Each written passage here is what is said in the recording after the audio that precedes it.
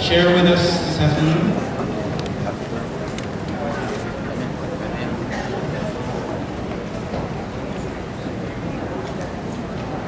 Thank you. Thank you so much. First of all, I would like to thank the chairman of the US Pinoys for Good Governance, Madam Loida Nicolas Lewis, for making me a part of this day of prayer. Maraming pong salamat, Madam Loida. I would like to tell you that I have delivered so many speeches lately on Scarborough Shoal or Baho de Masinloc. And I always mention the US PGG in my speeches and even show a picture, your picture, Madam Lewis, in my speeches. So we're getting more and more famous in the Philippines. We're already famous, but more famous. I'd like to start by quoting the Bible, Isaiah 13:11, which says, "I will put an end to the pomp of the arrogant." That quote. I'd like to give a little briefing on Baho de Masinloc. Baho de Masinloc, as Scarborough Shoal or Makati Shoal, South China Sea is practiced. This has been my part of my advocacy since way back, in fact more than 40 years ago.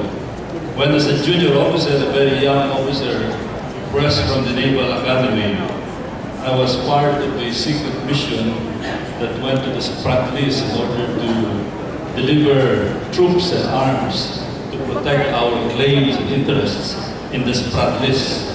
This was my picture a long time ago, a little younger and slimmer.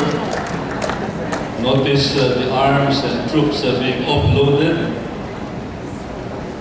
And this is the so-called claim of China during the time of the Kuomintang in 1947.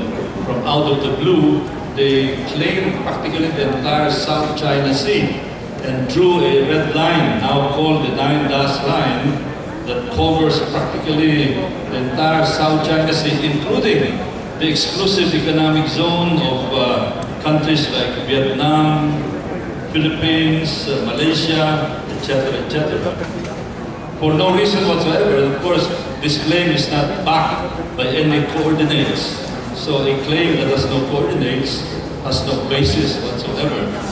This is another map of that claim, and you can see the sprinklings of the islands in the Spratlys, the coast of Vietnam, the Philippines, Palawan, Paracels. But if you go back to the history, we found this map dated 1690. China would always say that they own the South China Sea because of the term China in the name of the sea. But China was not there in 1690 in this map prepared by Vincenzo Coronelli from Venice, Italian map maker. And of course, we all know that the name doesn't really mean anything. Like, for example, the English Channel is not owned by England. Pasig River is not owned by Pasig. Manila Bay is not owned by Manila. The Philippine Sea is not owned by the Philippines because it goes all the way to Guam, etc., etc. Another map. This is a map prepared by Father Pedro Murillo Velarde, dated 1734. And then you can see that if you have a close-up, this is the map that portrays the territory of the Philippines at that time. It clearly shows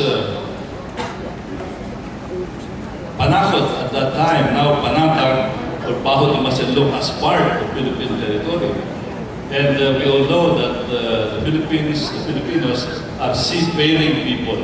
They travel a long way, and what is 130 nautical miles to the seafaring people at that time compared to more than 1,000 miles for the Chinese during that time. If they claim that they were fishing in that area 300, 500, 600 years ago, Filipinos, the Samparos, can claim that they've been doing that for 2,000, 5,000, even 10,000 years because it's closer to the Philippines.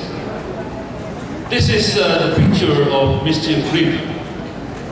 way within our exclusive economic zone. I delivered a speech in Congress in 1998 because they started constructing installations there. And they tried to justify this by saying that this was a temporary shelter for their fishermen, the Chinese fishermen. And of course, the Philippine government at that time, in order to avoid trouble, just let it go. There was some protest, and they said, anyway, it's going to be temporary. But after so many years, what appeared to be, next slide please. Next slide. Sorry. There. What appeared to be temporary, this is supposed to be temporary shelter, turned out to be not so temporary because this is how it goes now. Next slide. There. And next slide. And next slide. This is already a garrison with probably maybe about 300 PLA soldiers there, equipped with radar and all kinds of weaponry. I can imagine the kind of weapons that they have there. Now let's go to the Baho de Masinloc. It may look like small pieces of rocks. Bakit pa pag-aawayan itong mga bato na ito na nasa gitna ng karagatan? But this is a top view of the Baho de Masinloc. Next slide. It may still look very small, but if you look at the physical description, next slide please, the area is about 150 square kilometers. What is 150 square kilometers? It is 3 times more than the area of my city, Parañaque. 3 times. It is almost as big as Quezon City. And it's big enough, and it has an entrance to the channel, to the lagoon, with an area of 130 square kilometers, almost the size of 2/3 of Quezon City. And you can imagine already what kind of equipment they can put in there.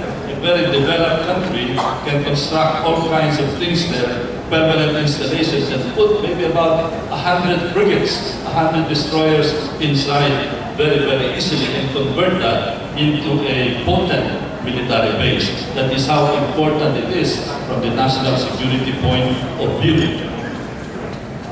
And of course, of late, next slide, they announced, they upped the ante by announcing a new city, a new prefecture called Sancia, administered from the Paracels, which, if you look at the history, is clearly owned by Vietnam and not by China.